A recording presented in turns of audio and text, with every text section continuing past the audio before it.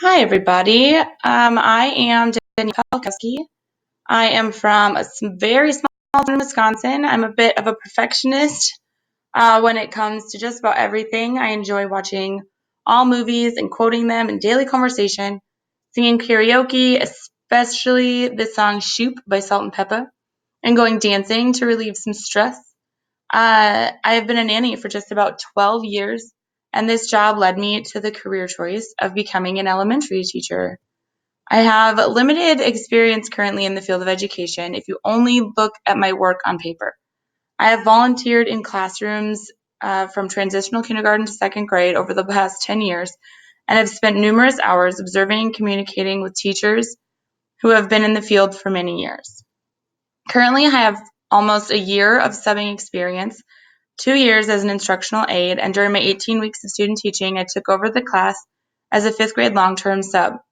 During this experience, I needed to complete state testing, end of the year standards-based assessments, input grades, and completely turn the classroom around for open house. My research topic is ways to increase ELL parent engagement.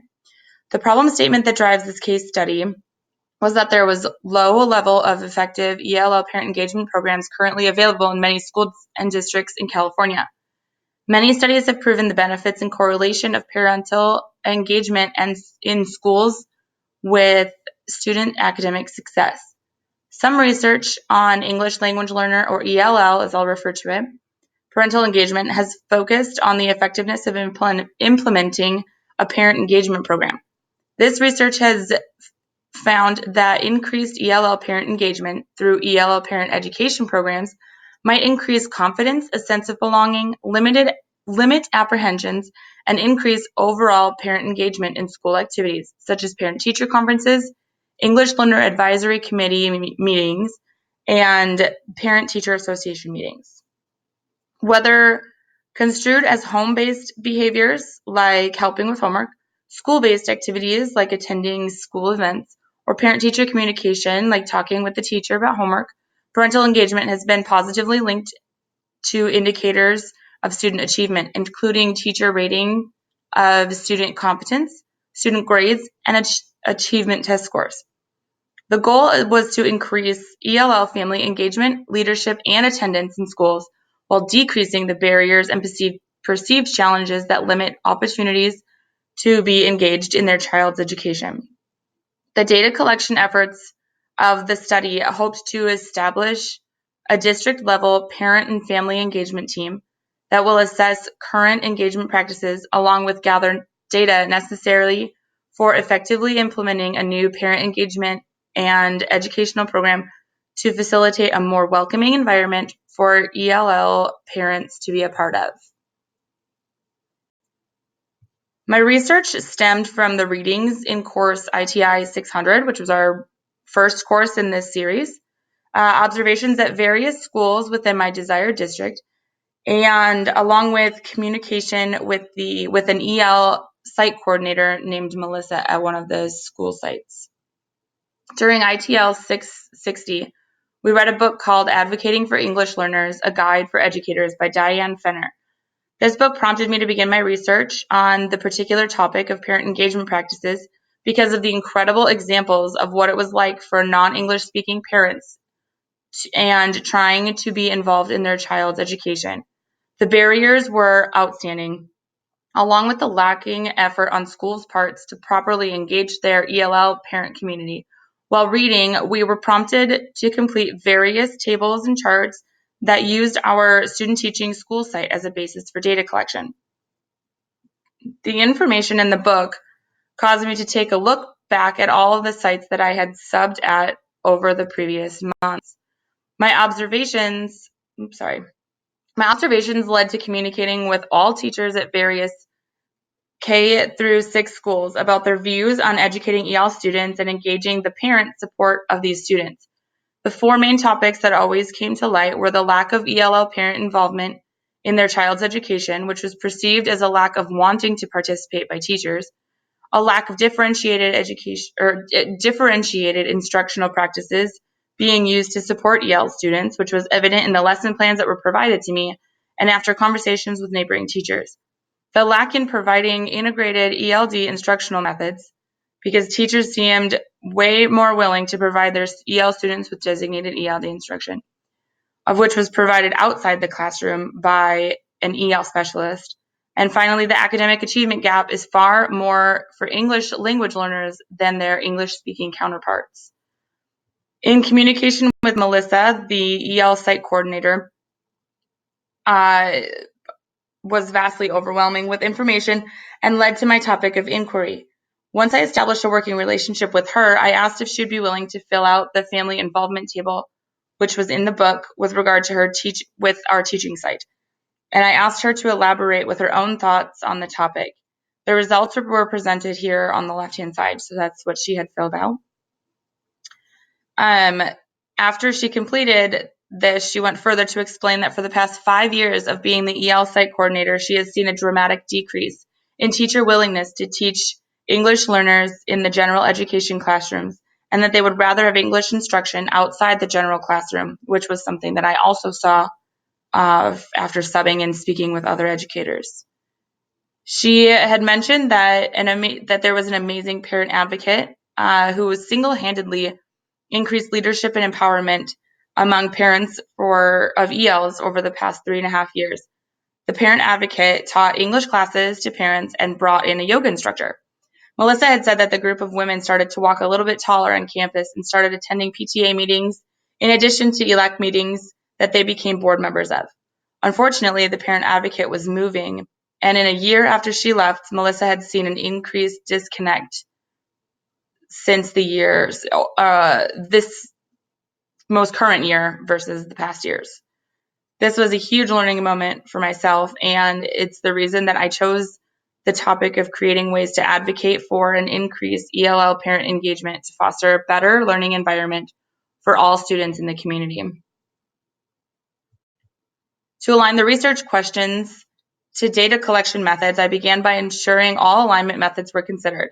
I began with my problem statement. First of all, there are 2 types of problems that could have been studied.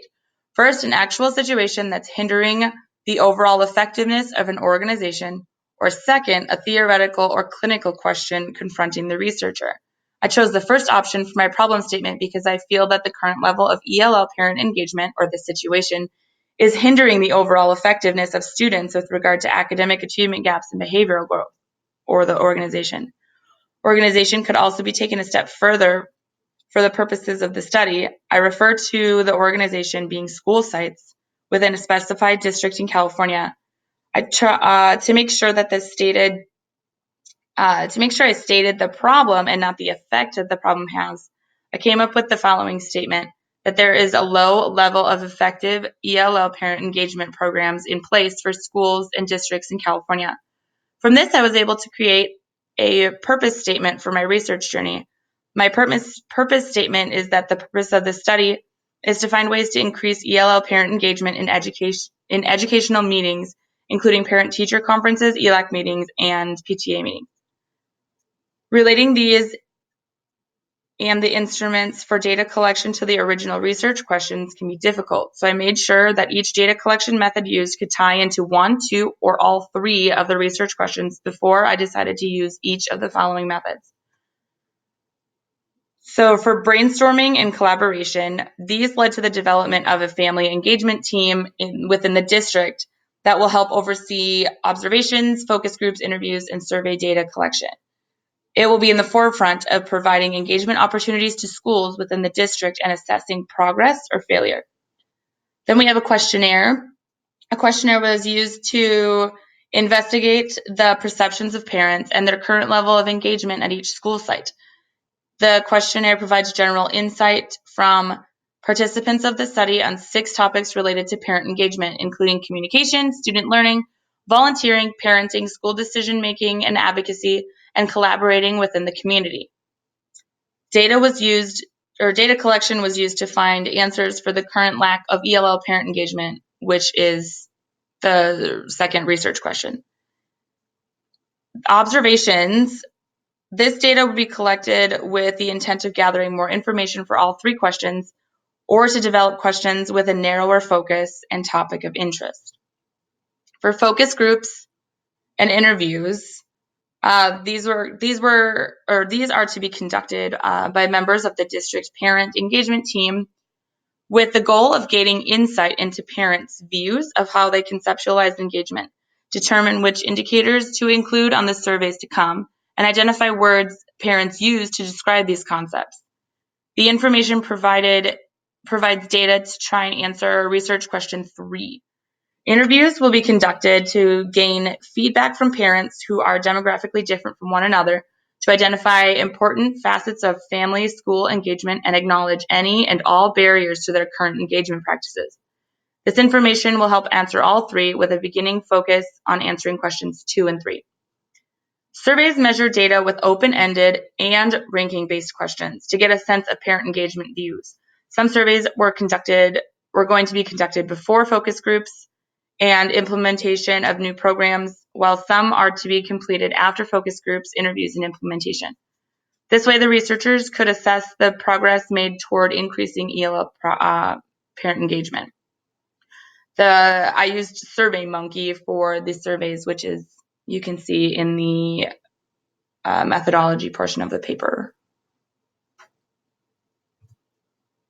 The case study uses mixed methodology approach to collect, review, and analyze qualitative and quantitative data. Due to the complexity of creating effective programs that will facilitate an environment for and improve ELL parent engagement, multiple considerations needed to be thoroughly addressed to implement practices that maintain a community that is culturally and linguistically appropriate. Collecting accurate and useful quantitative data could be difficult due to parents or guardians being uniquely busy survey or questionnaire participants. This is especially true for those who are least engaged with the school and often underrepresentation in engagement studies, such as ELL families, which was the whole purpose of this report. The left-hand side of the page shows the qualitative data collection methods used for the study, and the right-hand side shows the quantitative data collection methods used. Both were used in tandem of one another. Initial data will be obtained of parents regarding their perceptions of the family engagement opportunities at the schools through interviews, observations during the current family engagement opportunities, focus groups, and observations during those sessions, and an introductory questionnaire to investigate the perceptions of parent and current level of engagement practices. Qualitative data was collected and previously discussed in the literature review with regard to barriers to engagement, current parent perceptions, and current educator perceptions. This qualitative data analysis led to the quantitative data collection method to determine parents' current assessment of family-school relationships. The data will be collected by comparing parent answers on the survey the one by SurveyMonkey. That survey will provide feedback, opinions, criticism, and suggestions from parents within the scope of the research. To bolster response rates, the respondent-friendly questionnaires from SurveyMonkey are preferred, especially efficient surveys like this one. The data from the results of the survey will be collected, analyzed, and compared against the qualitative analysis collected from focus groups and one-on-one parent interviews. During the analysis of data collected during the focus groups, discussions, and interviews, the researcher is to pay close attention to any bias, perceptions, and attitudes toward current and potential parent engagement activities and programs. It'll be relevant for them to listen for participant suggestions in a way to create a more welcoming and engaging environment that parents feel comfortable to share ideas and participate in schools and at their functions. So for the resources, I would originally Google my resources, and I used Google searches the most frequently during the information gathering. They began with an idea or a few keywords and would lead to articles or books with more information on specific topics. I would then take that information or heading and put it into the National University Library database to find more credible resources for my literature review and the methodology. I also read numerous sample action research papers and dissertations to get a better idea of how to combine all the material into a cohesive document. My critical friend was amazing. We worked really well together, though I'm not sure we did everything that was intended. We spoke nearly every day during the first 2 courses. We are no longer in the same course, but we check in with each other from time to time. For methodology, the timeline for the study will be roughly a year from starting initiatives being completed by administration and district representatives. Once participants for the study with the basis of educator and district-specific focus group participants are decided upon, and in agreement with their affiliation with the study, it will commence on its year. So that's where it's going to be, or it will begin once they decide on those people. The timeline will require 6 months to a year in order to collect the amount of data required to begin the implementation of an effective parent engagement program. If implementation were to be considered part of the timeline, which is going to end up being next steps, the first year would be data collection. The second year would be implementing decided upon practices for increasing parent engagement. And the third year would address progress being made or facilitating new practices if the engagement is not increased. This study only includes the timeline that is 1 year maximum for data collection and preparation for the next steps. It is important to lay a foundation for research practices, so I decided to base my steps and methodology with regard to the different participant phases throughout the data collection methods. The first participants will partake in establishing a district-level family engagement team to assess the current levels of engagement within the community. The methods for establishing this team include suggestions made for potential candidates, focus group data collected through discussions, and information gathered at each team meeting. The second group of participants includes the district-level engagement team and educators at each school site. The survey examples provided during this portion of the study will assess the current level and perceptions of parent engagement before any programs or activities are conducted. The third group of participants includes parents at various school sites within the specified district. These participants will be subject to one-on-one interviews, focus groups, and surveys conducted by members of the research team. All relevant data would be collected and with the concluding goal of implementing an appropriate family engagement program in the district. So step 1 is laying the foundation for developing the effective parent engagement team.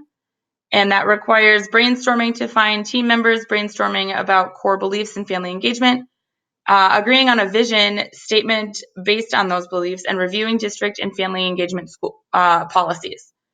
Step 2 would be to investigate the perceptions of parents and their current level of engagement at each school site, which comes from the questionnaire that provides general insight from the participants on the 6 topics related to parent engagement, which I already discussed. Upon questionnaire completion, parents may opt in to participate in the one-on-one interviews.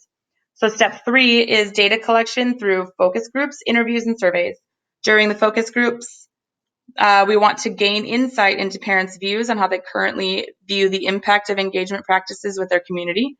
The interviews will be 60-minute discussion in person, one-on-one, to gather feedback on what they view as important facets of family school engagement practices and their views on personal barriers to current ELL parent engagement programs, if any exist. Surveys will assess the parent-teacher perceptions on engagement before and after implementation. So that was a lot of information. But if I could go back in time and do this all again, I would begin by creating a timeline of due dates and forming an action plan for each day. I would like to set time aside each evening to begin research and break down the research topic into subtopics. The first topics I'd research would be the basic concepts involved with creating a strong action research plan. I don't feel that I got enough information about each part that went into the action research. Everything that was given, including Dr. Thorso's handbook, was wonderful and wonderfully written, though I still needed a little bit more research, and I feel like I had to spend too much time on that. I would read more articles about topic selection, narrowing research questions, and ways to do that, and then different strategies for methodology and literature reviews. The literature reviews, or the literature review for me was overwhelming in that it was quite cumbersome. I remember spending 8 hours on a Sunday trying to add every possible detail to my literature review before I hit submit. I wish I could have had access to the final course layout and expectations to better guide my research, my timing, and my writing capacity. The positive result for my overachiever tendencies led to much less editing and overall less work for some weeks throughout the courses. The problem with the program design, I feel, because if you write too much, then you have nothing to edit and submit for another draft. But if you write too little, you're going to have to redo your research and rewrite much of the information again. I feel that I did a good job with the research plan with regard to research strategies and organization methods, though time management is where I struggled. My plans for the future are probably most likely the same as many of my colleagues. I need to get my resumes out to various school sites, find a job. Hopefully I find a position for this school year, although I'm pretty realistic in my expectations and I'm willing to sub for a year if I need to. I want to have a cute, fun, bright, and energetic classroom, though again, I know that might not be that way, at least visually, for a couple of years. Once I find a teaching position, I plan to pay down my student debt and get my own place.